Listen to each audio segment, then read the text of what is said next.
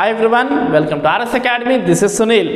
ఈ వీడియో సెషన్లో మనం టెస్టింగ్ హైపోథసిస్ కోసం క్లియర్గా చూసుకోబోతున్నాం. అసలు ఆ టెస్టింగ్ హైపోథసిస్ అంటే ఏంటి, ఒక సమ్ సాల్వ్ చేసేటప్పుడు టెస్టింగ్ హైపోథసిస్లో ఏమేమి స్టెప్స్ కావాలి, ఎలా సాల్వ్ చేయాలి, కంప్లీట్ ఇన్ఫర్మేషన్ ఈ వీడియో సెషన్లో మనం డిస్కస్ చేసుకుందాం. ఓకే, సో అండ్ అలాగే మన ఇన్స్టా, ఫేస్బుక్, టెలిగ్రామ్ లింక్స్ ఇవ్వడం జరిగింది. ఖచ్చితంగా ఫాలో చేయండి, ఎందుకంటే మన వీడియో మీ దాకా ఏదో ఒక రూపంలో అయితే వస్తుంది ఖచ్చితంగా. ఓకే, సో అసలు టెస్టింగ్ హైపోథసిస్ కోసం తెలుసుకునే ముందు స్టాటిస్టికల్ హైపోథసిస్ అంటే ఏంటో తెలుసుకుందాం. ఓకే, సో స్టాటిస్టికల్ హైపోథసిస్ అంటే ఏంటి? A statement about the nature of population that may be either right or wrong. It is often stated in terms of a population parameter. Okay, hypothesis అంటే ఏంటి first తెలుసుకుని ఆ తర్వాత statistical hypothesis ఏంటో తెలుసుకుందాం. Okay, hypothesis అంటే ఏంటి? దేని గురించి అయినా ఒక ప్రిడిక్షన్, దేని గురించి అయినా ఒక ఎజంప్షన్. సో ఇలా జరగచ్చు, అలా జరగచ్చు, లేదా ఇది ఇంత మంచిది, అది అంత మంచిది అని ఒక ఎజంప్షన్తో, సో కొన్ని పారామీటర్స్ బట్టో, కొన్ని లక్షణాలు బట్టో ఒక ఊహించి చెప్పడాన్ని మనం ఏమంటాం? హైపోథసిస్. సో స్టాటిస్టికల్ హైపోథసిస్ అంటే ఏంటంటే ఒక పాపులేషన్ సంబంధించిన పారామీటర్స్ అంటే ఏంటి, దాని యొక్క సైజ్ ఉండొచ్చు, దాని యొక్క మీన్ వాల్యూ ఉండొచ్చు, దాని యొక్క యావరేజ్ వాల్యూ ఉండొచ్చు. సో వాటి గురించి చెప్పే ఒక ఎజంప్షన్ లేదా ఒక స్టేట్మెంటే మనం స్టాటిస్టికల్ హైపోథసిస్ అంటే. సో ఫర్ ఎగ్జాంపుల్ ఒక పర్టికులర్ ఏరియా తీసుకుందాం, ఒక ప్లేస్ తీసుకుందాం. ఆ ప్లేస్లో అందరు మంచి వాళ్ళు ఉంటారు. సో అక్కడ ఉన్న వాళ్ళల్లో 95% మంచి వాళ్ళు ఉంటారు.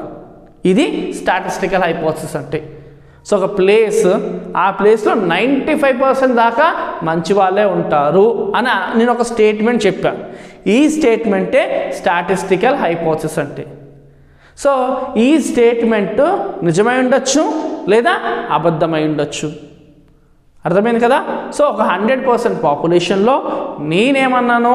95%. సో అక్కడ ఏం చెప్పాను నేను? ఒక సైజ్ తీసుకున్నాను, 95% సైజ్ తీసుకుని వీళ్ళందరూ మంచి వాళ్ళు అని ఒక ఎజంప్షన్ చెప్పాను. సో నేను చెప్పిన ఎజంప్షన్ నిజమై ఉండొచ్చు లేకపోతే అబద్ధమై ఉండొచ్చు. సో ఇక్కడ చూడండి, a statement about the nature of population that may be either right or wrong. It is often stated in terms of a population parameter. So ఒక పాపులేషన్ గురించి చెప్పాలి అంటే దాన్ని ఏదో ఒక పారామీటర్ తీసుకుని చెప్పాలి కదా.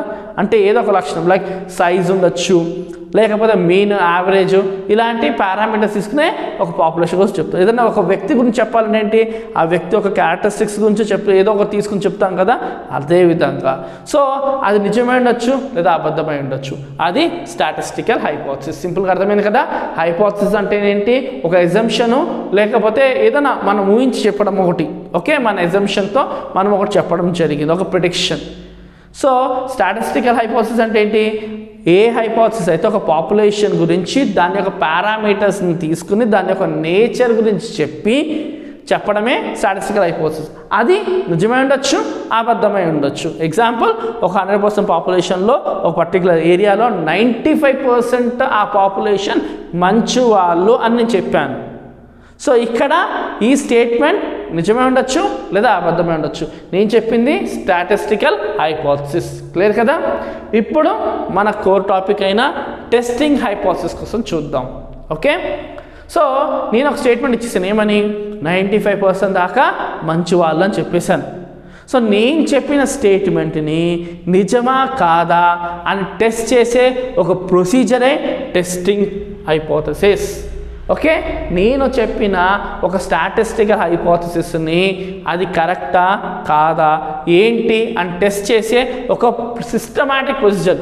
It is a systematic procedure for deciding whether to accept or reject the hypothesis. So ఇప్పుడు నేను ఒక స్టేట్మెంట్ చెప్పేశాను కదా, ఆ స్టేట్మెంట్ నమ్మచ్చా నమ్మకూడదా అని తెలుసుకోవడానికి ఒక సిస్టమాటిక్లో టెస్ట్ చేసే విధానమే మనకి టెస్టింగ్ హైపోథసిస్. క్లియర్ అర్థమైంది కదా? సో నేను ఎప్పుడైతే ఒక 95% అక్కడ వాళ్ళు మంచోళ్ళు అని అన్నానో అప్పుడు మీరు ఏం చేస్తారు?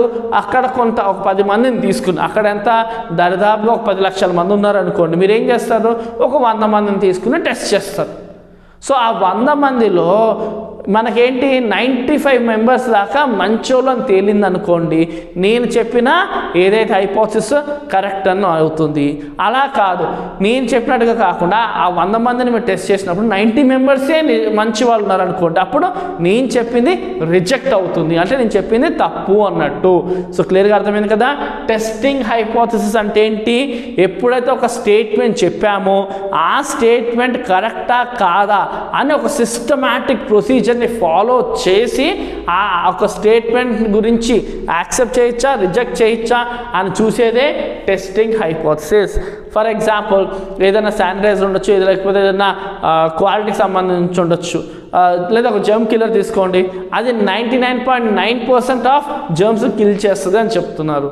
సో అలాంటప్పుడు మనం టెస్ట్ చేస్తాం, ఏదో ఒక డబ్బా తీసుకో దాని శాంపుల్ తీసుకుని టెస్ట్ చేసినప్పుడు అది చెప్పిన 99.9% రిజల్ట్ వచ్చిందనుకోండి, అప్పుడు ఆ స్టేట్మెంట్ని యాక్సెప్ట్ చేయొచ్చు, లేదా ఆ స్టేట్మెంట్ని రిజెక్ట్ చేస్తాం. క్లియర్ కదా ఇక్కడ వరకు. సో స్టాటిస్టికల్ హైపోథసిస్ అంటే ఏంటి? దేని గురించి అయినా ఒక ఎజంప్షన్, దేని గురించి అయినా ఒక ప్రిడిక్షన్ చెప్పడాన్ని స్టాటిస్టికల్ హైపోథసిస్ అంటారు. కానీ అది నిజం ఉండొచ్చు, అబద్ధం ఉండొచ్చు. అలాంటి ఒక హైపోథసిస్ని తీసుకుని మనం టెస్ట్ చేసాము, సో పలానా వ్యక్తి చెప్పింది కరెక్టా కాదా అని మనం ఒక సిస్టమాటిక్ ప్రొసీజర్ ఏంటి గుర్తుపెట్టుకోండి, ఒక సిస్టమాటిక్ని ప్రొసీజర్ని ఫాలో అవుతూ కనుక టెస్ట్ చేసి యాక్సెప్టా లేదా రిజెక్టా అని రిజల్ట్ ఇచ్చేదాన్నే టెస్టింగ్ హైపోథసిస్ అంటే. క్లియర్ కదా. నెక్స్ట్, ఇప్పుడు టెస్టింగ్ హైపోథసిస్ చేయడానికి ఒక సమ్ ఇచ్చారు, మనకి ఒక ప్రాబ్లం ఇచ్చారు, ఆ ప్రాబ్లమ్ని సాల్వ్ చేయాలంటే ఏమేమి స్టెప్స్ ఉంటాయి అని క్లియర్గా మనం అయితే చూసుకుందాము. ఓకే, టోటల్గా ఇక్కడ 5 స్టెప్స్ మనం చూసుకోవాల్సి ఉంది.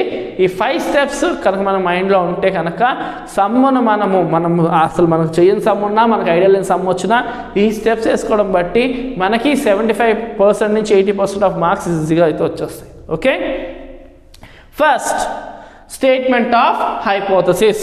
సో మనకు ఒక క్వశ్చన్ ఇవ్వడం జరిగింది. సో అండ్ సో క్వశ్చన్ ఏంటి? నేను ఇచ్చే ఈ జర్మ్ కిల్లర్ 95% దాకా మనకేంటి జర్మ్ని క్లీన్ చేసేస్తుంది, 95% ఆఫ్ జర్మ్స్ని క్లీన్ చేసేస్తుంది. సో మనకి హైపోథసిస్లో 2 స్టేట్మెంట్ ఉంటాయి, null hypothesis, alternative hypothesis. Null hypothesis రాయాలి, ఆల్టర్నేటివ్ హైపోథసిస్ కూడా మనం రాయాలి సమ్ స్టార్టింగే.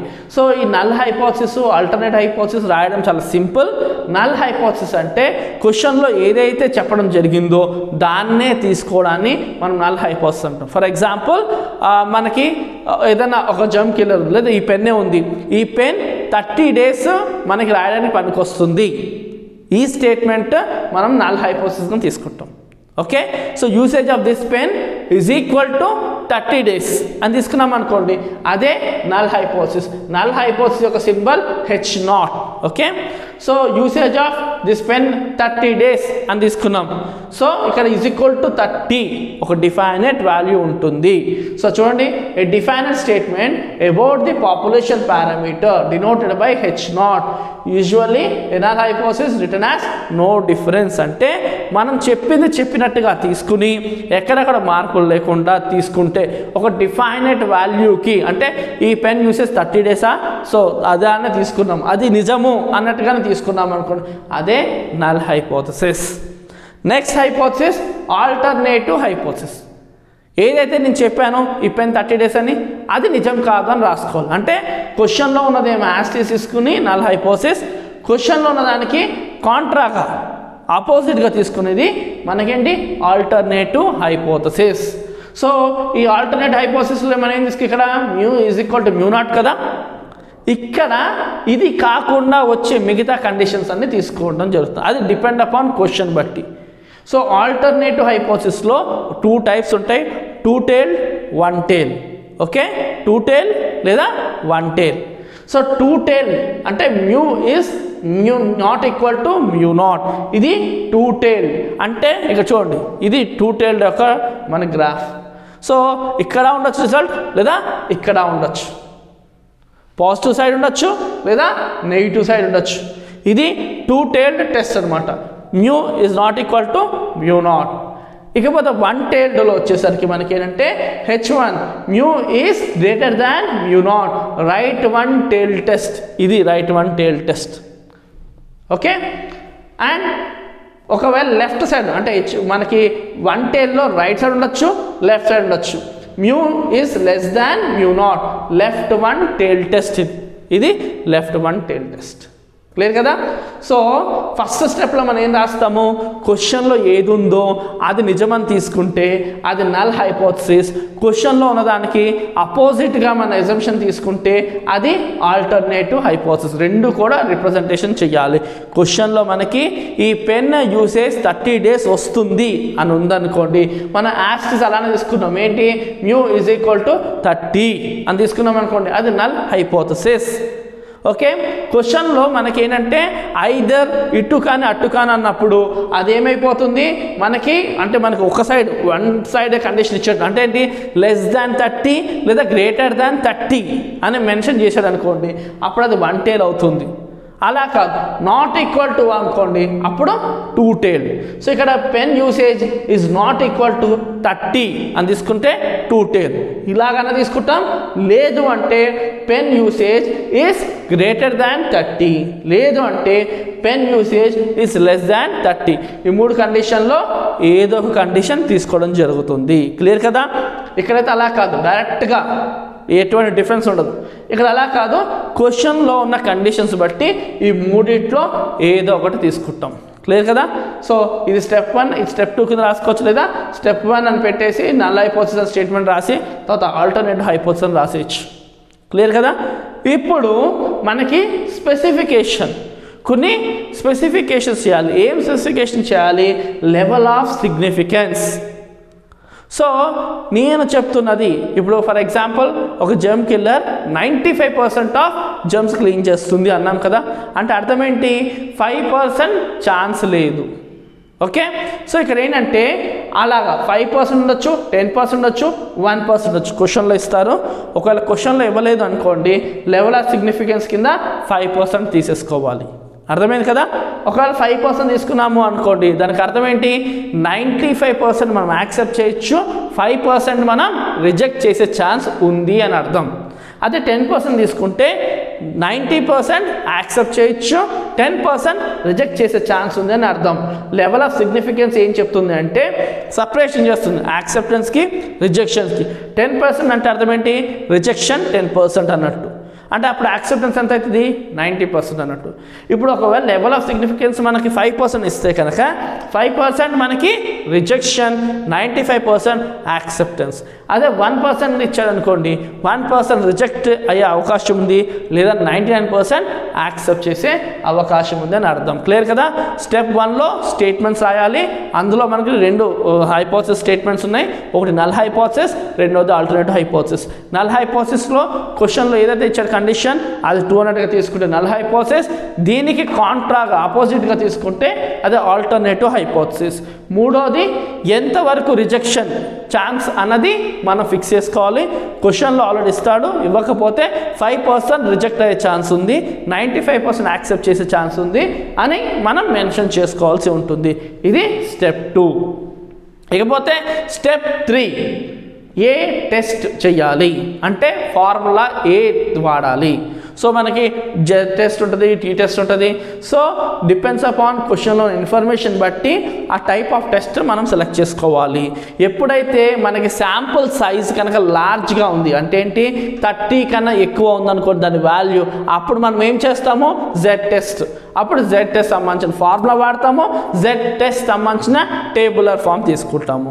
లేదు శాంపుల్ సైజ్ కనుక 30 కన్నా తక్కువ ఉందనుకోండి, అప్పుడు మనం ఏం చేస్తాము టీ టెస్ట్ వాడతాము, అప్పుడు టీ టెస్ట్ సంబంధించిన టేబులర్ ఫామ్ వాడతాము. క్లియర్ కదా. సో మనకు ఆ టేబులర్ ఫామ్లో ఇక్కడ ఫిక్స్ చేసుకున్న ఈ వాల్యూస్ బట్టి ఆ టేబులర్ వాల్యూస్ తీసుకుంటాం. సో 3 వాల్యూస్ ఉంటుంది జెడ్ టెస్ట్ అనుకోండి. సో ఇక్కడ తీసుకున్న ఈ వాల్యూస్ బట్టి మన 5% దీన్ని బట్టి మన అలాగే ఇక్కడ 1 టేలా 2 టేలా దాన్ని బట్టి మనం ఏం చేస్తాము ఆ టేబులర్ ఫామ్లో వాల్యూస్ తీసుకుంటాం. క్లియర్గా అర్థమైంది కదా. స్టెప్ 3 ఏంటి, మనకి ఏం చేయాలి టెస్ట్, ఏ టెస్ట్ చేయాలి జెడ్ టెస్టా టీ టెస్టా అని చూసుకోవాలి. శాంపుల్ సైజ్ కనుక 30 కన్నా ఎక్కువ అని క్వశ్చన్లో ఇస్తే కనుక జెడ్ టెస్ట్కి వెళ్ళిపోండి, శాంపుల్ సైజ్ కనుక 30 కన్నా తక్కువ అని ఇస్తే టీ టెస్ట్కి వెళ్ళిపోండి. ఓకే. అంటే అప్పుడు జెడ్ టెస్ట్ సంబంధించిన ఫార్ములా వాడాలి, జెడ్ టెస్ట్ సంబంధించిన టేబులర్ ఫాము తీసుకోవాలి. నెక్స్ట్ స్టెప్ 4లో క్రిటికల్ రీజియన్ని ఫిక్స్ చేసుకోవాలి. వన్స్ మనం ఎప్పుడైతే ఇక్కడ టెస్ట్ ఫైనలైజ్ చేసుకుంటాం, జెడ్ టెస్ట్ ఫైనలైజ్ చేసుకున్నప్పుడు జెడ్ టెస్ట్ యొక్క టేబులర్ ఫామ్ని కన్సిడర్ చేసి మనం ఆల్రెడీ ఇక్కడ మనం ఆల్టర్నేట్ హైపోథిసిస్లో 2 టైల్డ్ అనుకోండి, 2 టైల్లో 5% ఎంత అన్నది కన్సిడర్ చేసుకోవాల్సి ఉంటుంది క్రిటికల్ రీజియన్. లేదు మనం రైట్ 1 టైల్డ్ అనుకోండి, రైట్ 1 టైల్లో 5% వాల్యూ ఎంత ఉందో ఆ టేబులర్ ఫామ్, ఆ టేబులర్ ఫామ్ బేస్ చేసుకుని క్రిటికల్ రీజియన్ని ఫైండ్ చేయాలి. అంటే ఏంటి, ఈ క్రిటికల్ వాల్యూని ఫైండ్ చేసుకోవాల్సి ఉంటుంది. ఇది ఇక్కడేమో ఇది, ఇక్కడ ఇది. సో ఈ మూడిట్లో ఏదో ఒకటి మనం కన్సిడర్ చేస్తాం క్వశ్చన్ బట్టి, ఆల్రెడీ డిస్కస్ చేసాం కదా. సో అలా కన్సిడర్ చేసేది స్టెప్ 4 క్రిటికల్ రీజియన్. ఇప్పుడు స్టెప్ 5 మేకింగ్ డెసిషన్. ఇక్కడ అనుకున్నట్టుగా జెడ్ టెస్ట్ తీసుకున్నాం అనుకోండి, పైన ఈ జెడ్ టెస్ట్ ఫార్ములా వేసుకోవాలి, ఒక వాల్యూ మనం ఫైండ్ చేస్తాం, అది క్యాలిక్యులేటెడ్ వాల్యూ. సో ఇక్కడ మనం తీసుకున్నది ఏంటి, టేబుల్ వాల్యూ లేదా క్రిటికల్ వాల్యూ అని అంటాం. టేబుల్ వాల్యూ లేదా క్రిటికల్ వాల్యూ. ఇప్పుడు కంపారిజన్ చేయాలి. ఏంటి, మనకు వచ్చిన ఈ 5th ఫార్ములా వేసుకుని చేసిన వాల్యూ అండ్ ఇది, ఈ రెండు ఏం చేయాలి, మనం కంపారిజన్ చేయాలి. ఒకవేళ క్యాలిక్యులేటెడ్ వాల్యూ కనుక క్రిటికల్ వాల్యూ కన్నా తక్కువ లేదా ఈక్వల్ ఉంటే, ఓకే అర్థమైందా, క్యాలిక్యులేటెడ్ వాల్యూ మోడ్లో ఉంటుంది. సో క్రిటికల్ వాల్యూ కన్నా తక్కువ లేదా ఈక్వల్ ఉంటే మనం నల్ హైపోథిసిస్ కరెక్ట్, అంటే చెప్పింది క్వశ్చన్లో ఇచ్చింది కరెక్ట్ అని యాక్సెప్ట్ చేస్తాం. అలా కాకుండా క్యాలిక్యులేటెడ్ వాల్యూ కనుక క్రిటికల్ వాల్యూ లేదా టేబుల్ వాల్యూ కన్నా ఎక్కువ వచ్చింది అనుకోండి, అప్పుడు నల్ హైపోథిసిస్ని రిజెక్ట్ చేస్తాము. క్లియర్గా అర్థమైంది కదా, ఇక్కడ కన్ఫ్యూజన్స్ లేవు కదా. సో స్టెప్ 5 ఏంటి, డెసిషన్ తీసుకుంటాం. క్యాలిక్యులేట్ చేసిన వాల్యూ, ఇక్కడ మనం జెడ్ టెస్ట్ అయితే జెడ్ టెస్ట్ ఫార్ములా యూజ్ చేసి ఒక వాల్యూ ఫైండ్ చేస్తాము. ఆ వాల్యూ కనుక ఇక్కడ మనం టేబుల్ ఫిక్స్డ్ టేబుల్ ఉంటుంది, ఆ టేబుల్ వాల్యూ కన్నా తక్కువ కానీ లేదా టేబుల్ వాల్యూలో సేమ్గా వస్తే ఈ హైపోథిసిస్ ట్రూ యాక్సెప్ట్ చేస్తాము. ఒకవేళ దానికన్నా ఎక్కువ వస్తే రిజెక్ట్ చేస్తాం. అది స్టెప్ 5 మేకింగ్ డెసిషన్. ఈ స్టెప్స్ వేసుకుంటే మధ్యలో మీకు తప్పులైనా ఏమైనా మీకు 80 to 90% మార్క్స్ అయితే వస్తాయి ఖచ్చితంగా. ఓకే, సో ఫస్ట్ ఏంటి, స్టెప్ 1లో హైపోథిసిస్ స్టేట్మెంట్స్ రాసుకోవడం. ఎలా రాసుకుంటాము, క్వశ్చన్లో వచ్చిన ఏదైతే కండిషన్ ఉందో అది రాసుకుంటే అదేమంటాం మనం, నల్ హైపోథిసిస్. క్వశ్చన్లో ఉన్న వాల్యూకి కాంట్రాడిక్ట్గా అంటే అపోజిట్గా రాసుకున్నాం అనుకోండి, అది ఆల్టర్నేటివ్ హైపోథిసిస్. ఇది మనకు 3 ఛాన్సులు ఉన్నాయి, నాట్ ఈక్వల్ టు లేదా greater than or less than ఇచ్చిన క్వశ్చన్ బట్టి ఉంటుంది. స్టెప్ 2లో specification of level of significance. So ఎంత సిగ్నిఫికెన్స్, సో ఏంటి అది 1%, 5%, 10% అని రాసుకుంటాం. అంటే ఏంటి, 5% రిజెక్ట్ చేయాలా, 10% రిజెక్ట్ చేయాలా అని క్వశ్చన్లోనే ఇస్తాడు. ఇవ్వకపోతే 5% అని తీసుకోవాలి. తర్వాత స్టెప్ ఏ టెస్ట్ చేయాలి అని, శాంపుల్ సైజ్ లార్జ్గా ఉంటే జెడ్ టెస్ట్, శాంపుల్ సైజ్ చిన్నగా ఉంటే టీ టెస్ట్. లార్జ్ అంటే 30 కన్నా ఏబో, ఇదేమో 30 కన్నా తక్కువ. నెక్స్ట్ మనం ఫైనలైజ్ చేసుకున్న ఆ యొక్క టెస్ట్ యొక్క table form based on critical region, critical value, critical region find చేస్తాము. స్టెప్ 5లో మనము ఫైండ్ చేసిన ఆ క్యాలిక్యులేటర్ వాల్యూ ఏది, ఈ టెస్ట్ యొక్క ఫార్ములా వేసుకుని మనం ఫైండ్ చేసిన ఆ వాల్యూ ఇక్కడ క్యాలిక్యులేటెడ్ వాల్యూ కన్నా తక్కువ ఉండాలి లేదా దాంతో సమానంగా ఉండాలి. అప్పుడు మనం నల్ హైపోథిసిస్ని యాక్సెప్ట్ చేస్తాం లేదా రిజెక్ట్ చేస్తాం. అంటే చెప్పిన ఆ స్టేట్మెంట్ తప్పు, రిజెక్ట్ అని చేస్తాం. ఓకే, ఇది కంప్లీట్గా మనకి టెస్ట్ హైపోథిసిస్ సంబంధించి. ఈ టెస్ట్ హైపోథిసిస్లో మనకి ఎర్రర్స్ వచ్చే అవకాశం ఉంది. ఆ ఎర్రర్స్ 2 రకాలు, ఎర్రర్ టైప్ 1, టైప్ 2. టైప్ 1 ఎర్రర్లు ఏంటంటే మనకి ట్రూ ఉన్నప్పటికీ మనం నల్ హైపోథిసిస్ని రిజెక్ట్ చేస్తాం. అర్థమైంది కదా, మన ట్రూ ఉంది అప్పుడు ఏం చేయాలి, మనం యాక్సెప్ట్ చేయాలి. కానీ ఏమవుతుంది, ఇక్కడ రిజెక్ట్ అవుతుంది, ఎర్రర్ వచ్చేస్తుంది. టైప్ 2లో ఫాల్స్ ఉంటుంది, అప్పుడు మనం ఏం చేయాలి, రిజెక్ట్ చేయాలి. కానీ ఇక్కడ ఏమైపోతుంది, యాక్సెప్ట్ చేస్తాం. సో ఇలాంటి ఎర్రర్స్ వచ్చే అవకాశం ఉంటుంది. ఇలాంటి ఎర్రర్స్ని మనం అవాయిడ్ చేయాలి అంటే శాంపుల్ స్పేస్ పెద్దగా ఉండాలి. అప్పుడు ఇలాంటి ఎర్రర్స్ ఉన్న శాంపుల్ ఏమైపోతుందంటే దీని యొక్క ఎఫెక్ట్ తగ్గిపోతుంది. క్లియర్ కదా. సో 2 టైప్స్ ఆఫ్ ఎర్రర్స్ ఉంటాయి, టైప్ 1, టైప్ 2 ఎర్రర్. టైప్ 1 ఎర్రర్లు ఏంటి, వెన్ అది ఒకవేళ మంచోడు అయినప్పటికీ అతను శిక్ష వేసామనుకోండి, ఒక అతను మంచోడు ఏ తప్పు చేయలేదు, లేదా ఒక హత్య చేశాడు అనుకున్నాం. సో ఆ హత్య అతను చేయలేదు కానీ ఆయనకు శిక్ష వేశాం. ఇది టైప్ 1 ఎర్రర్. మంచోడికి శిక్ష వేయడం, మంచోడిని వ్యతిరేకించడం, ఇది టైప్ 1. టైప్ 2లో ఎవడైతే హత్య చేశాడో వాడిని వదిలేసాం అంటే వాడు మంచోడి కింద మనం యాక్సెప్ట్ చేసేసినట్టు. అంటే ఏంటి, when it is a false, వాడు వెధవ అయినప్పటికీ వాడిని మనం ఎలౌ చేసాం, సో యాక్సెప్ట్ చేసాం. ఇది టైప్ 2. క్లియర్ కదా? ఇక్కడేమో మంచోడికి శిక్ష వేయడం, ఇక్కడ చెడ్డోడిని యాక్సెప్ట్ చేయడం. టైప్ 1, టైప్ 2 ఎర్రర్స్ ఇది. సో ఓవరాల్గా ఇది టెస్టింగ్ హైపోథిసిస్. ఎవరికైనా స్క్రీన్ షాట్ కావాలంటే స్క్రీన్ షాట్ చేసుకోవచ్చు. సేమ్ దీని బేస్డ్ మీరు సమ్ సాల్వ్ చేసుకుంటే మీకు ఈజీగా మంచి మార్క్స్ వస్తాయి. ఖచ్చితంగా నెక్స్ట్ వీడియోలో ఖచ్చితంగా కలుద్దాం. అండ్ మీకు ఇంకేం కావాలో కింద కామెంట్ సెక్షన్లో మెన్షన్ చేయండి. మన వీళ్ళంత వరకు అవి మీకు అందించడానికి ట్రై చేస్తాం. Thank you for watching. Do shall subscribe our channel.